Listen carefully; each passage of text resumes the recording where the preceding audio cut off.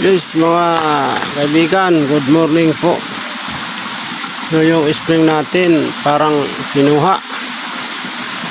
So ibalik natin kasi wala tayong mainom na tubig. So kinuha ng mga bata siguro, hindi natin alam. Yun, binabalik namin kasi malayo yan, saka maraming buhangin, kabato palagay dyan.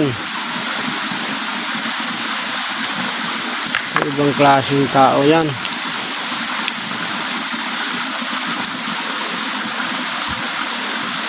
Kasi ano yun, mabuti yun pagkagawa, tapos kinuha mga bata. Nagpagura natin yung paggawa nyon. So ibalik natin kasi wala tayong inom na tubig.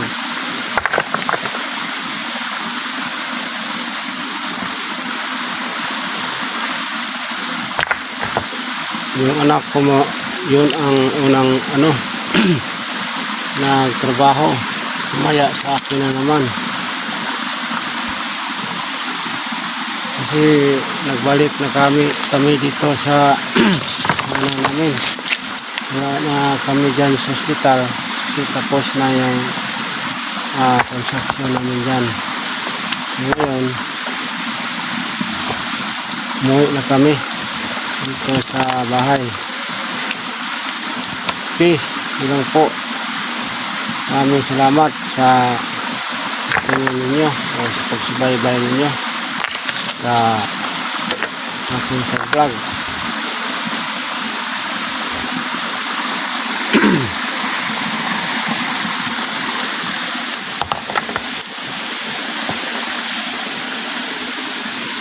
Okay, maraming salamat.